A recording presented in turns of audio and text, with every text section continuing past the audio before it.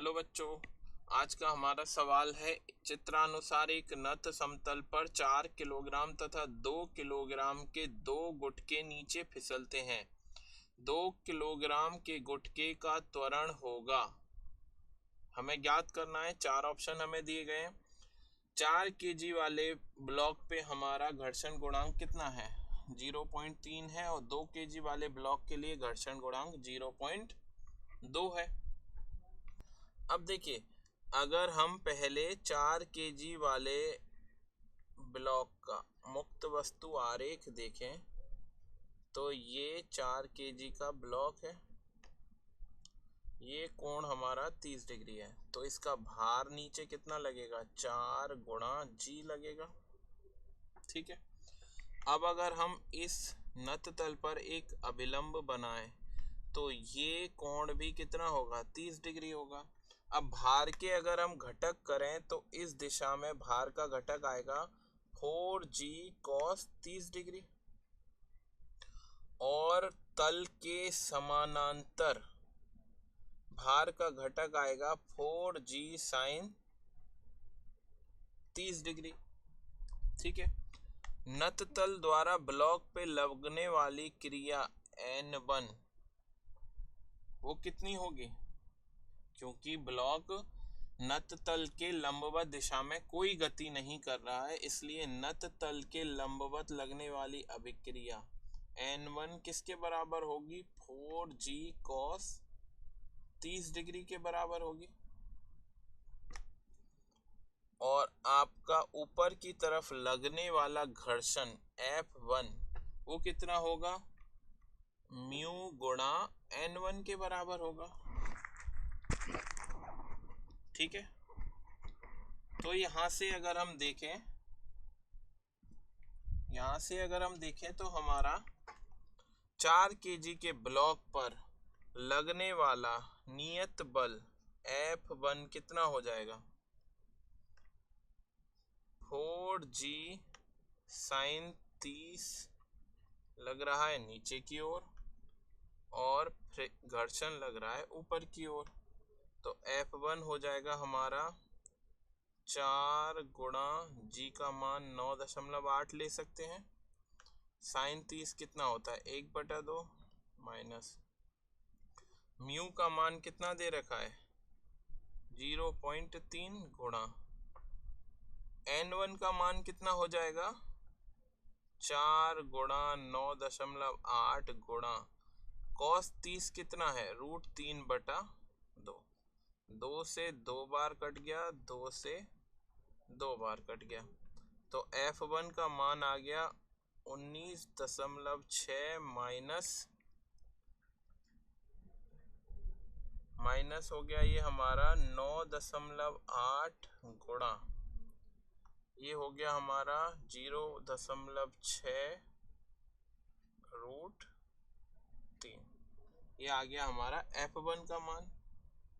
इसको हम समीकरण नंबर 1 मान सकते हैं।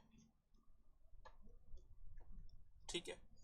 अब हम 2 केजी वाले ब्लॉक के लिए अगर मुक्त वस्तु आरेख बनाते हैं तो 2 केजी वाला ब्लॉक ऐसे रखा हुआ है। नत तल का कोण वही 30 डिग्री है। अब अगर हम फिर से अभिलंब बनाते हैं तो कोण का 2 केजी वाले ब्लॉक का भार नीचे कितना लगेगा? 2g और ये कोण भी कितना होगा? 30 डिग्री। तो इस दिशा में भार का घटक कितना आ जाएगा?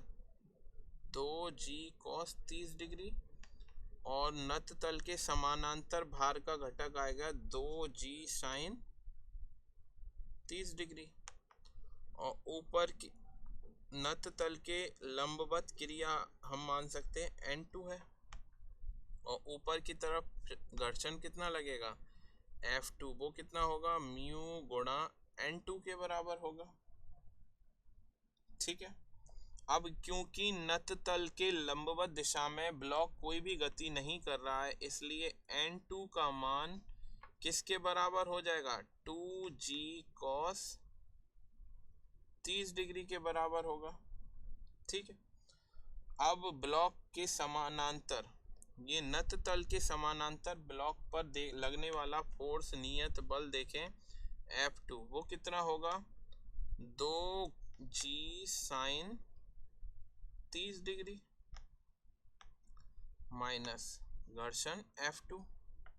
तो F2 का मान कितना हो गया 2 गुणा G का मान 9.8 साइन 30 का मान 1/2 माइनस F2 कितना होगा, म्यू कितना दे रखा है 2 kg ब्लॉक के लिए 0.2 गुणा M कितना है 2 गुणा G का मान 9.8 गुणा cos 30 डिग्री का मान कितना है आपका √3/2। 2 से 2 कट गया, 2 से 2 कट गया, तो F2 का मान आ गया आपका 9.8 माइनस 9.8 गुणा 0.2 गुणा √3, ये हो गया हमारा F2। इसको हम समीकरण नंबर 2 मान सकते हैं। अब देखिए हमें पता है कि पूरे निकाय पे लगने, न्यूटन के द्वितीय नियम के अनुसार निकाय पे लगने वाला नेट नियत बल किसके बराबर होता है, निकाय के द्रव्यमान गुणा त्वरण के बराबर होता है। तो नेट बल कितना हो जाएगा F1 प्लस F2 बराबर कितना होगा, पूरे निकाय का द्रव्यमान है 4 + 2 और त्वरण हमें ज्ञात करना है।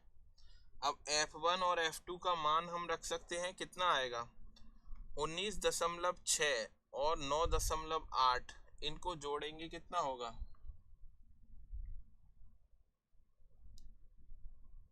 19 और 9 28, 29.4 आ जाएगा।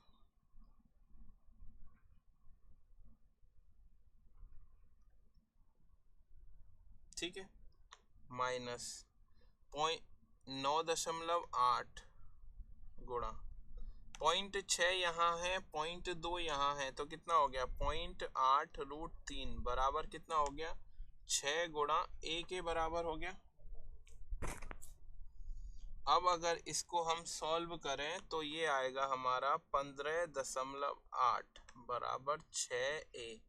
तो यहाँ से त्वरण A कितना आ गया 15.8/6, भाग करेंगे तो पहले 2 बार जाएगा, फिर 6 बार जाएगा, फिर 6 बार जाएगा।